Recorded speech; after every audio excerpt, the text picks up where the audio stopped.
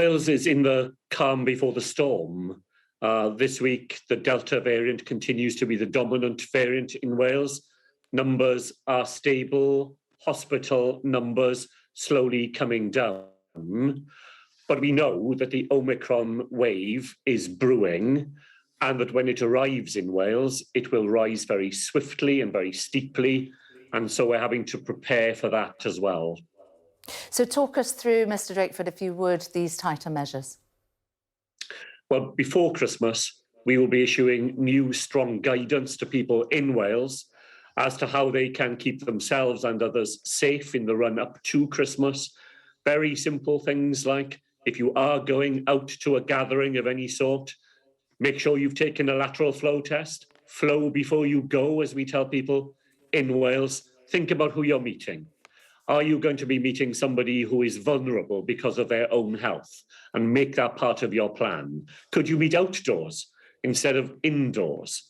Are you doing all those simple things, the mask wearing, the hand washing, the simple things we've learned to do that help to keep one another safe? Provided we all do that, we think we can get a run through to Christmas where people can enjoy Christmas, but stay safe at Christmas as well. Immediately after the Christmas... Nightclubs to close from the 27th, so viruses don't wait for Christmas. Why not sooner?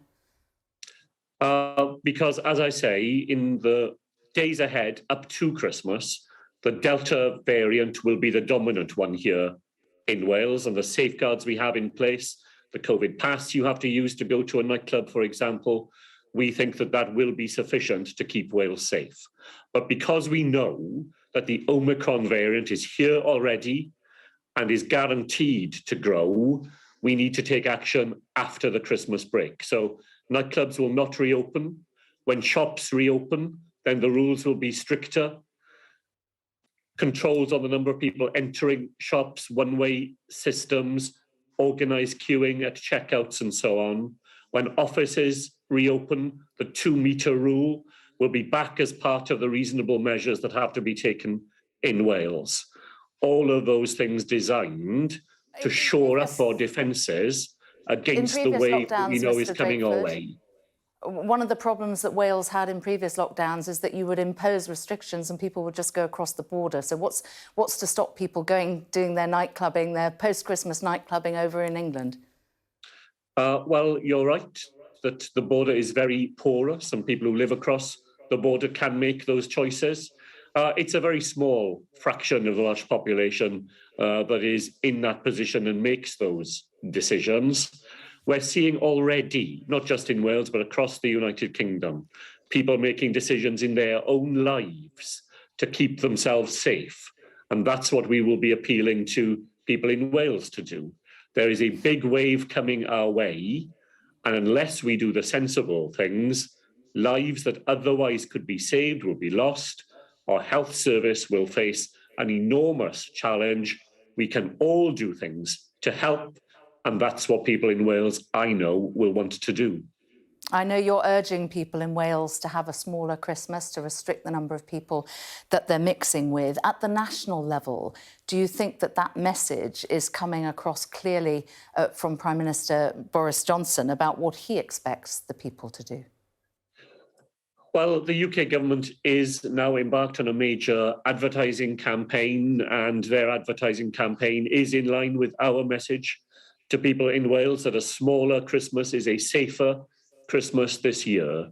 We know that that takes place against a very difficult backdrop because of everything that has gone on inside Downing Street and inside the UK government.